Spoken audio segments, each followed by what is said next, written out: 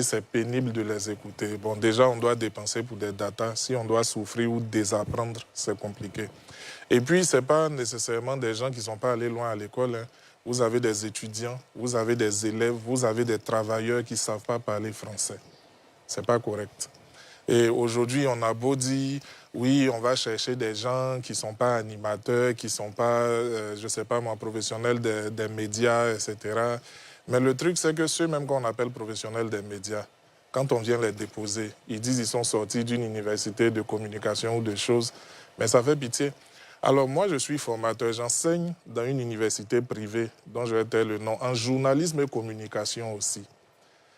J'ai des étudiants de Master 2, de licence 3, qui ne peuvent pas formuler une phrase correctement. Quand tu es exposé à autant d'accidents au quotidien dans ton métier de formateur, il y a quelque chose qui t'interpelle.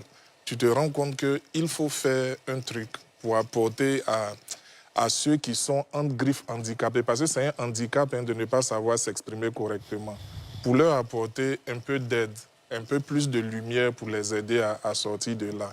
Et puis enfin, le dernier argument, c'est que j'ai aussi une certaine expérience des plateaux de télé. Depuis 2014 à la RTI, j'étais sur des plateaux de télévision. Et des gens me le renvoient bien. On m'envoie des messages, on m'appelle. Quand on me voit dans la rue, on me félicite, on me dit qu'on aime votre manière de vous exprimer.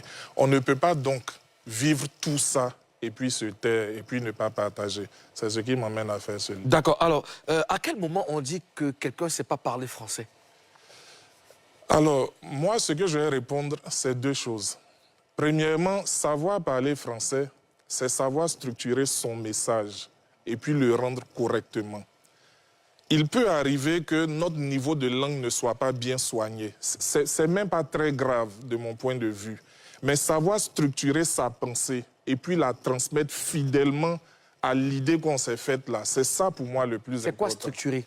Par exemple, vous entendez des gens dire « Oh, je ne sais pas comment je vais t'expliquer ça. Je sais pas. » On a déjà entendu ce genre de personnes. Il y a aussi d'autres personnes qui sont des sachants d'un domaine précis. Tu demandes à un gars qui a l'expérience de Ozone dans le rap ivoire de t'expliquer comment est-ce que Didi B arrive à remplir le stade. Mais il parle pendant 45 minutes, tu es plus pressé qu'il se taise qu'autre chose. Parce que tu es épuisé, en fait. Ça, c'est symptomatique des gens qui ne savent pas structurer leur pensée. Parce que dès qu'il ouvre la bouche, tu ne sais pas où il te conduit. Tu penses que vous allez vers Gagnoa, tu te rends compte que vous êtes à Tia-Salé, tu vois, ou à Tengrela. Donc, ça va dans tous les sens. Concrètement, comment on peut séduire par la parole? Bon, il y a deux choses.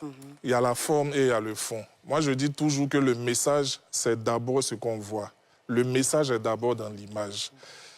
Quand quelqu'un parle avec un débit plus ou moins comme le mien, c'est-à-dire il parle comme s'il a sommeil, c'est un peu là, c'est lourd, voilà, tu vois. Il n'est pas agité.